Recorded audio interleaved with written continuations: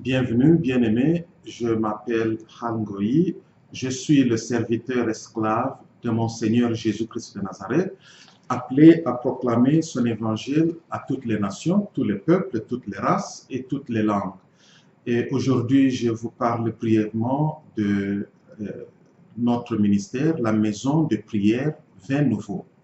Eh bien, notre mandat que nous avons reçu de notre Seigneur Jésus-Christ de Nazareth, c'est de sonner l'alarme pour réveiller l'épouse de Christ au sein de son Église. Cette distinction est importante. Tous ceux qui sont dans l'Église ne constituent pas l'épouse de Christ.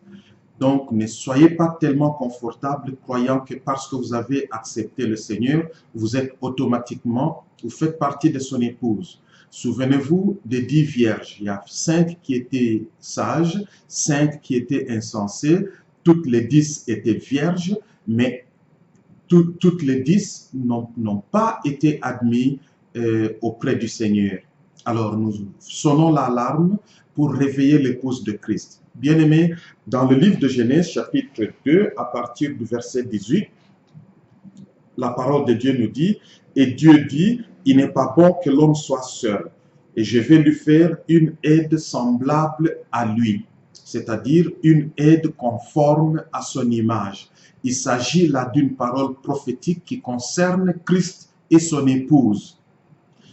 L'épouse doit être semblable à l'image de son époux. L'épouse doit se conformer à l'image de son époux. Donc, notre mandat n'est pas seulement d'appeler l'épouse à se réveiller, mais aussi de préparer l'épouse pour son époux. Cette préparation se fait par un travail de maturation par la transformation. Le Seigneur veut nous confier des responsabilités. Bien-aimé, Adam, lorsqu'il fut créé par notre Père Céleste, il n'était pas prêt même à recevoir son mandat pour accomplir sa destinée éternelle jusqu'à ce que son épouse était prête. Lorsque Ève était prête, c'est alors qu'Adam pouvait maintenant se voir confier son mandat. De la même manière, notre Seigneur Jésus-Christ, l'agneau de Dieu, ne pourra régner que lorsque son épouse sera prête. Et il va s'asseoir sur son trône avec son épouse. Voilà, une petite parenthèse. Bien-aimé, l'épouse est l'épouse de l'agneau. Notre Seigneur, en tant qu'agneau de Dieu, a existé depuis avant la création du monde. Le caractère et la nature même de notre Dieu s'est manifesté par l'agneau.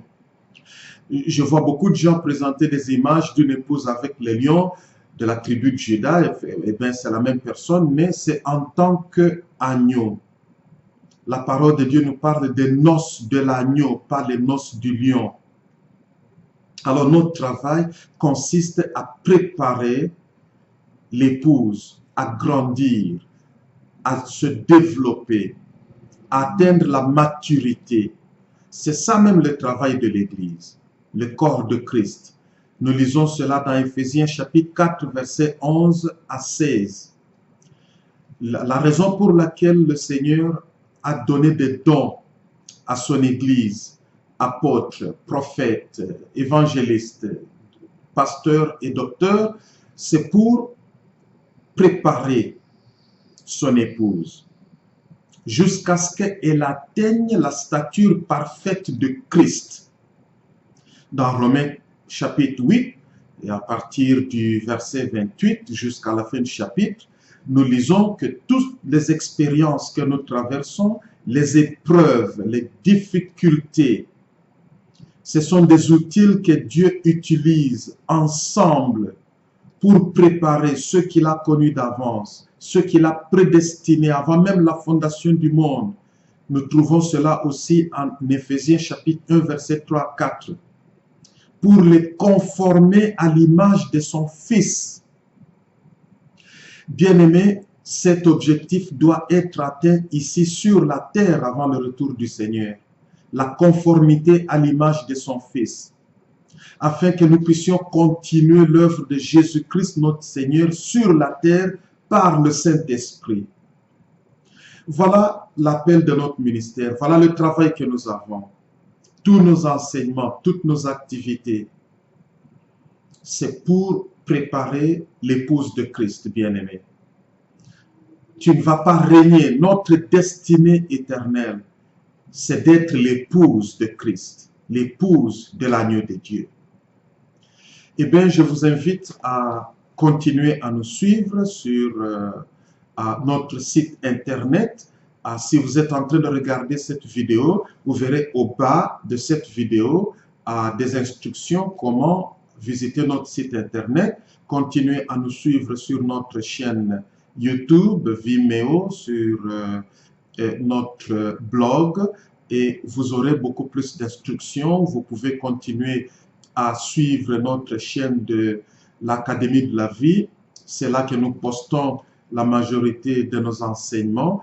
Nous allons aussi bientôt organiser des activités annuelles auxquelles nous vous inviterons à participer. Merci pour la confiance que vous continuez à nous donner, et merci pour votre participation à cette œuvre.